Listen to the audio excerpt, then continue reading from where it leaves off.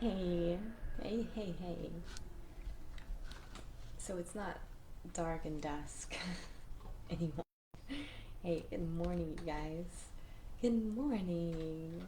I trust that the audio is working. I don't know if you were aware, which I'm kind of glad if you weren't. I went into a whole thing yesterday about a few minutes just in Lamentations, which we will continue now, and 45 minutes on telepathic communication, which I was actually telepathically communicating. There was no audio, all right? There's two inputs and outputs, right? There's an input and there's an output on my microphone, and if it's dark and I'm not paying attention, um, I put it in the whatever, the wrong side where you cannot hear a thing. So I apologize for that. I was really beating myself up, and I apologize for being neglectful. I'll usually come on and rewatch the videos right away, but I got distracted, and we're gonna go for part two. So welcome in, welcome in. Say hi to the baby. Oh my goodness. Okay, we're gonna go ahead and start with Lamentations. And to get into the mood, I'm still wearing my black that I did last night. This is a mourning. This is a poetic song, really. It's a song of mourning, and it's thought to be offered by Jeremiah. Nobody's 100% certain, but it kind of makes sense that Lamentations would be placed after Jeremiah because they're thinking that it's the same author. And really, it's just a reflection on everything that went on in Jeremiah with the exile and the terror of Israel and Babylon and Judah, right? This is just the reflection of all of that. So we're just going to read through it, and we are going to take it with grace and consideration as we move on to our more metaphysical topic after this. So let's go ahead and begin. These kittens need to behave themselves. All right. So just starting out in chapter 1, verse 7. In the days of her affliction and wandering, Jerusalem remembers all her treasures that were once hers in the day of old. When her people fell into enemy hands, there was no one to help her. Her enemies looked at her, they laughed at her destruction. Zion stretches out her hands, but there is no one to comfort her. The Lord has decreed for Jacob that his neighbors become his foes. Jerusalem has become an unclean thing among them. The Lord has rejected his altar and abandoned his sanctuary. He has given the walls of her palaces into the hands of the enemy. They have raised a shout in the house of the Lord. As on the appointed festival, as on the day of an appointed festival. The Lord has done what he has planned. He has fulfilled his word, which he decreed long ago. He has overthrown you without pity. He has let the enemy gloat over you. He has exalted the horn of your foes. I am a man who has seen affliction by the rod of the Lord's wrath. I have been deprived of peace. I have forgotten what prosperity is. It is good for a man to bear the yoke while he is young. Who can speak and have it happen if the Lord has not decreed it? Have we suffered terror and pitfalls and ruin and destruction? The punishment of my people is greater than Sodom, which was overthrown in a moment, without a hand turned to help her. Their princes were brighter than snow and whiter than milk, their bodies more ruddy than rubies, their appearance like lapis lazuli. The kings of the earth did not believe, nor did any of the people in the world, that enemies and foes could enter the gates of Jerusalem. Moreover, our eyes failed, looking in vain for help. From our towers we watched for a nation that could not save us. Our ancestors sinned and are no more, and we bear this punishment, their punishment. Because of this, our hearts are faint, and because of these things, our eyes grow dim. Okay, so again, right, mourning, sorrow, we feel that sorrow. We did review what Lamentations would be discussing, right? It's not placing the blame on ourselves, it's not placing the blame on us individually, and it's especially not placing the blame on God, right? We're just understanding that this is a turn of events. This is a consequence of action, right? It's a consequence of sin that we feel these things. But there's no blame onto us for as individuals, and there's certainly no blame upon God. That was kind of the overview, right? And we go into, it's very similar to the saying, right? Hate the sin, right, but not the sinner, right? That's a very Christian saying. It's thrown a lot around a lot for a lot of various reasons nowadays. But it's very true, right? We look at the sin, we look at the actions that have transpired, and we have a sorrow for that. We have a heartache for that.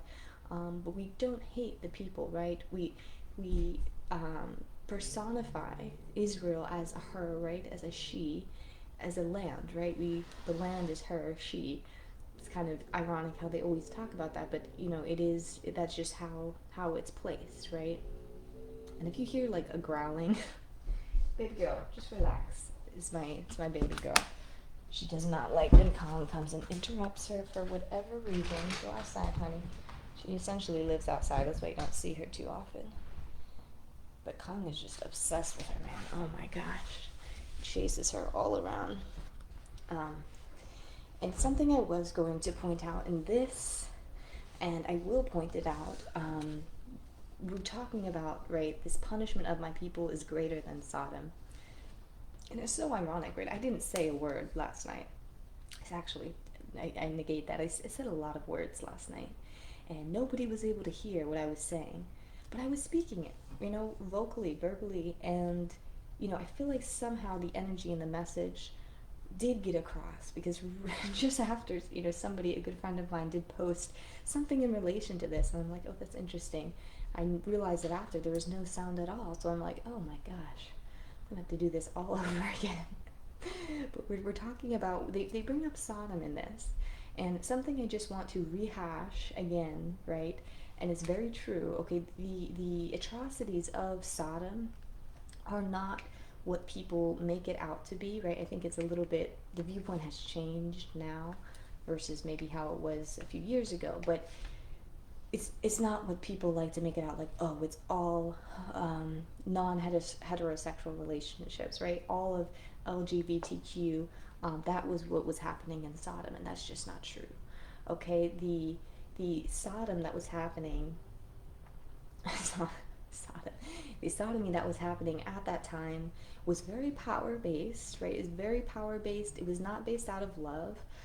It was a lot of normie people, right? Heterosexual people that were engaging in these acts, like people that should not be engaging in those acts were engaging in those acts.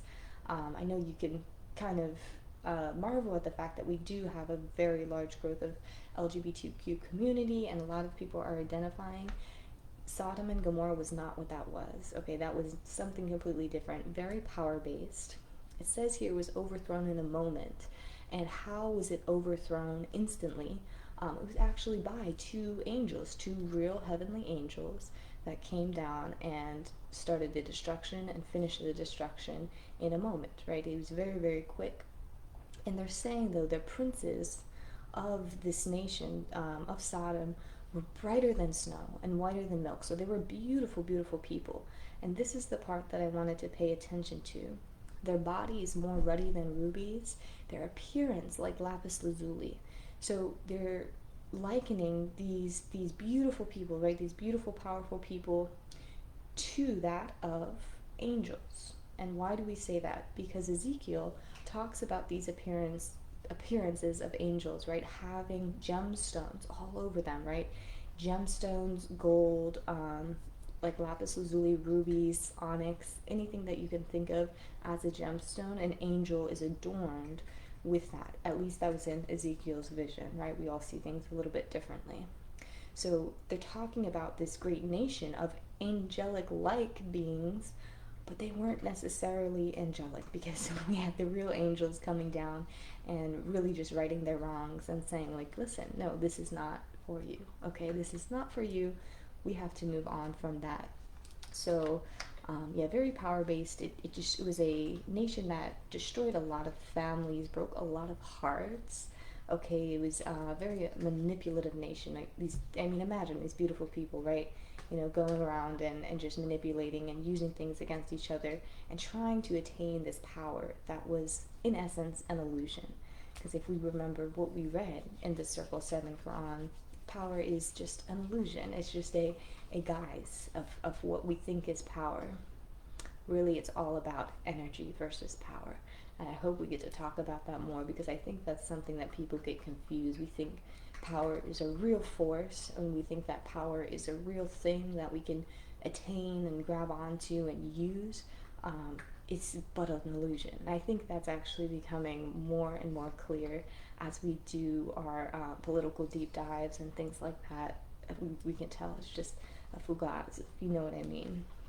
So I'm going to continue. We're going to go into a very deep dive on a metaphysical topic, and this is before we get into Ezekiel. So that's what I kind of wanted to do. I want to break up the books with like a little bit of, love and light, right? A little bit of music, a little bit of like metaphysical talk, and kind of transition, from book to book with a little bit of fresh air, if you will.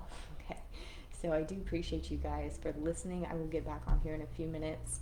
Last night I talked for 45 minutes about this. I think today will be hopefully shorter. Hopefully I will catch my ramblings a little bit easier. But I can already tell this video, I think it's about the same as last night. Okay.